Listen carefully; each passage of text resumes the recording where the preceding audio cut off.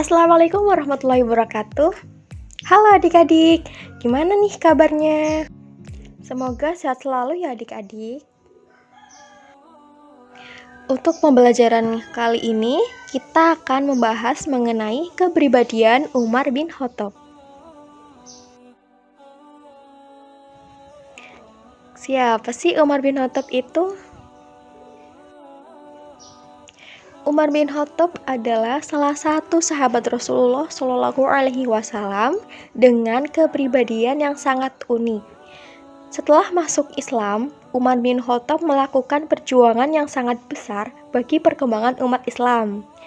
Umar bin Khattab dikenal sangat tegas dalam membedakan antara yang hak dengan yang batil, sehingga Umar bin Khattab diberi gelar Al-Faruq. Umar bin Khattab berasal dari Bani Adi yang merupakan salah satu kaum dari suku Quraisy. Umar bin Khattab dilahirkan 12 tahun setelah kelahiran Rasulullah Shallallahu Alaihi Wasallam. Umar bin Khattab memiliki watak yang tegas dan berpendirian teguh. Sebelum masuk Islam, beliau membenci dakwah Nabi Muhammad Shallallahu Alaihi Wasallam.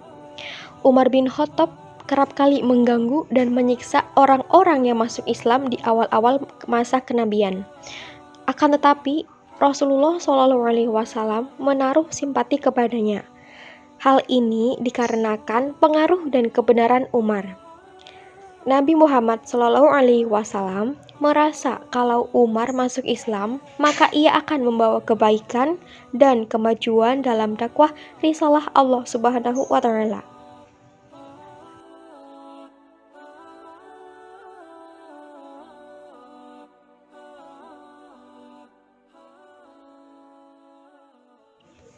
Sewaktu-waktu, Nabi Muhammad Shallallahu Alaihi Wasallam bahkan berdoa, "Ya Allah, muliakanlah Islam dengan salah satu dari dua orang yang Engkau cintai, yaitu Abu Jahal bin Hisham atau Umar bin Khattab." Hadis riwayat Ibnu Hibban.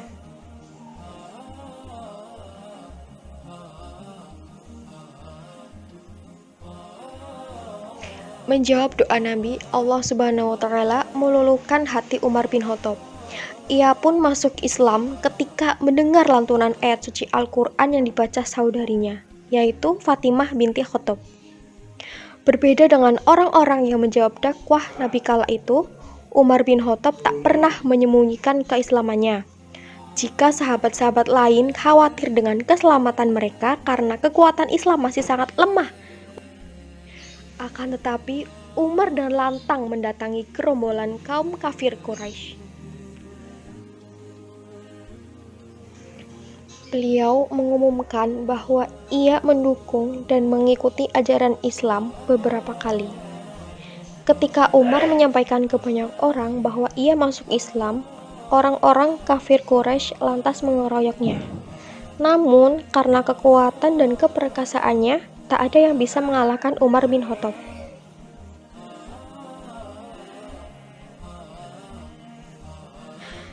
Dengan demikian, ketika umat Islam akan berhijrah ke Yastrib atau Madinah, kala itu kaum muslim berangkat secara sembunyi-sembunyi. Orang-orang kafir Quraisy bermaksud membunuh Nabi Shallallahu Alaihi Wasallam. Berbeda dengan Umar, sebagai perpisahan dengan Mekah, ia membawa pedang dan busur. Ia menghadap Ka'bah dan melakukan tawaf sebanyak 7 putaran serta mendirikan sholat di makam Ibrahim.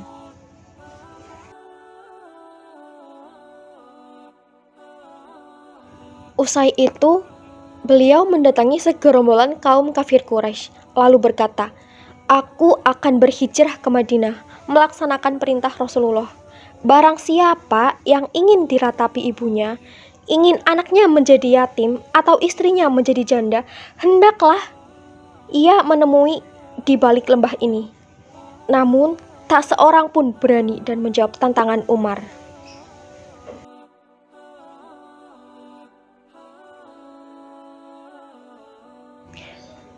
Karena keberaniannya itulah sampai-sampai sahabat Abdullah bin Mas'ud berkata, "Kami senantiasa menjadi mulia semenjak Islamnya Umar. Aku memandang Tidaklah kami dapat sholat di Baitullah atau Ka'bah kecuali setelah Islamnya Umar. Setelah Umar masuk Islam, ia menghalau kaum musyrikin atau orang-orang kafir hingga mereka membiarkan kami mengerjakan. Bagaimana nih cara meneladani kisah Umar bin Khattab tersebut? Orang yang berani adalah orang yang gentar, tidak takut membela dan menegakkan kebenaran. Berikut beberapa contoh kebenaran Umar bin Khattab. Yang pertama, hijrah dengan terang-terangan, sedangkan yang lain secara sembunyi-sembunyi. Yang kedua, berani dan rela berkorban untuk membela kebenaran. Yang ketiga, beliau juga tegas dalam memerangi kebatilan. Perilaku Umar bin Khattab yang terkenal dengan keberanian dan ketegasan tersebut dapat kita contoh dalam kehidupan sehari-hari. Misalnya, apabila ada temanmu yang melakukan kesalahan, maka kamu harus berani mengingatkan agar temanmu selamat dari akibat kesalahan tersebut. Untuk pembelajaran kali ini kita cukupkan ya. Tetap semangat. Wassalamualaikum warahmatullahi wabarakatuh.